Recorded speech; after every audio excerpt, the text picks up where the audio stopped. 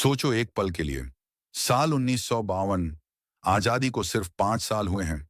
देश नया है, उम्मीदें नई हैं, लेकिन भारत एक ऐसे मोड़ पर खड़ा है जहां एक फैसला पूरे इतिहास को बदल सकता है। और तभी मतदान की गिनती पूरी होती है और एक नाम पूरे भारत की धड़कनों में गूंज उठता है। डॉ भीमराव रामजी आंबेडकर। हाँ, इतिहास पलटता है और आंबेडकर चुनाव जीत जाते हैं। अब सोचो, क्या होता अगर वो सिर्फ संविधान नहीं बल्कि पूरे देश की दिशा तय करते। क्या होता अगर भारत का भविष्य उनके हाथों से लिखा जाता। ये कहानी है उस भारत की जो हो सकता था, उस भविष्य की जो आज हम सपनों में देखते हैं।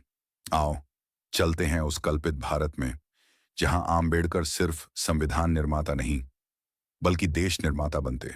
सोचो, साल 1952, भारत आजाद हो चुका है, लेकिन दिशा अब भी तय होनी बाकी है। और तभी इतिहास एक मोड़ लेता है।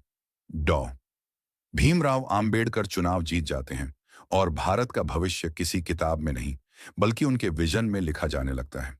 अगर आंबेडकर जीतते तो सबसे पहला बदलाव होता सत्ता का असली चेहरा।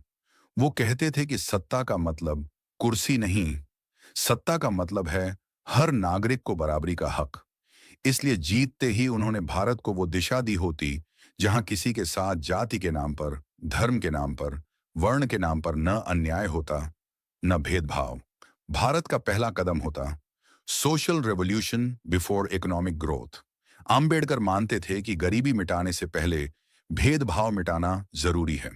इसलिए उन्होंने देश भर में ऐसे कानून लागू कर दिए होते जो अस्पृश्यता को सिर्फ अपराध नहीं, राष्ट्रद्रोह के बराबर बना देते। भारत गांवों में नहीं, भारत पहले मानव अधिकारों में आगे बढ़ता। हर बच्चा, चाहे वो किसी भी घर में पैदा हुआ हो, एक समान शिक्षा पाता। सोचो, अगर 1952 में ही भारत अनिवार्य, मुफ्त और आधुनिक शिक्षा पर चल देता, तो आज भारत दुनिया की सबसे पढ़ी लिखी शक्तियों में होता। आंबेडकर औद्योगिकीकरण के बड़े समर्थक थे। अगर वो जीतते, तो भारत 1980 या 1990 में नहीं, सीधे 1952 से ही इंडस्ट्रियल क्रांति शुरू कर देता।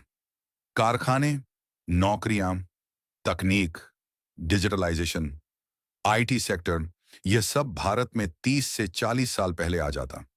आज भारत सिर्फ दुनिया की तीसरी अर्थव्यवस्था नहीं, पहली या दूसरी पर टिक गया होता।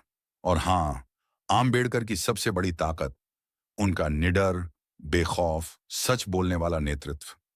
वो कहते थे, मैं किसी की खुशी के लिए सच नहीं बदलूंगा। सोचो, अगर ऐसा नेता प्रधानमंत्री होता तो भ्रष्टाचार की जड़ें कभी जम ही नहीं पाती। आरक्षण का ढांचा भी अलग होता।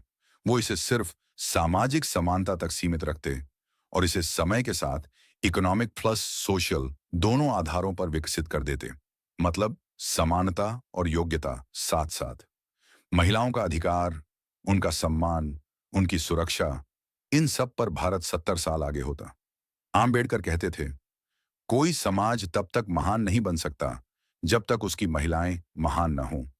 अगर वह प्रधानमंत्री होते तो आज भारत में महिला शिक्षा, महिला सुरक्षा और महिला नेतृत्व दुनिया के सामने मिसाल होती।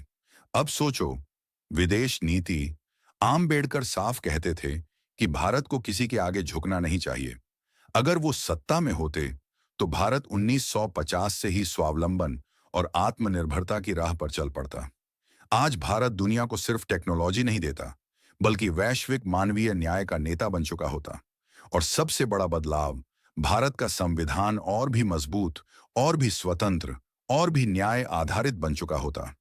वो संविधान को जीवित दस्तावेज मानते थे। अगर वो पीएम होते तो संविधान में ऐसे संशोधन होते जो आम आदमी को और भी अधिक अधिकार, और भी अधिक सुरक्षा, और भी अधिक अवसर देते। आज का भारत जाति मुक्त, भेदभाव मुक्त, अवसर आधारित, उद्योग और शिक्षा शक्ति से लैस एक सुपर पावर बन चुका होता। और लोग कहते, ये है वो भारत जो आंबेडकर के सपनों से बना है।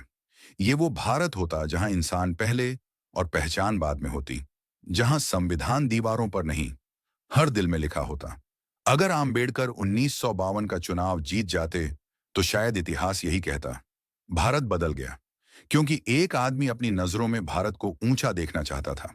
तो दोस्तों, ये था वो भारत वो सपना जो हकीकत बन सकता था अगर डॉ भीमराव आम्बेडकर 1952 का चुनाव जीत जाते।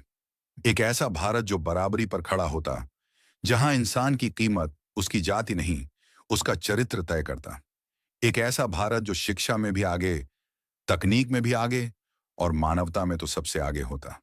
आज भी अगर हम आम्बेडकर के विजन को दिल से अपनाएं, तो यकीन मानो भारत को कोई रोक नहीं सकता। उम्मीद है दोस्तों, ये कल्पना आपको उतनी ही गहरी लगी होगी जितनी भावना के साथ इसे कहा गया है।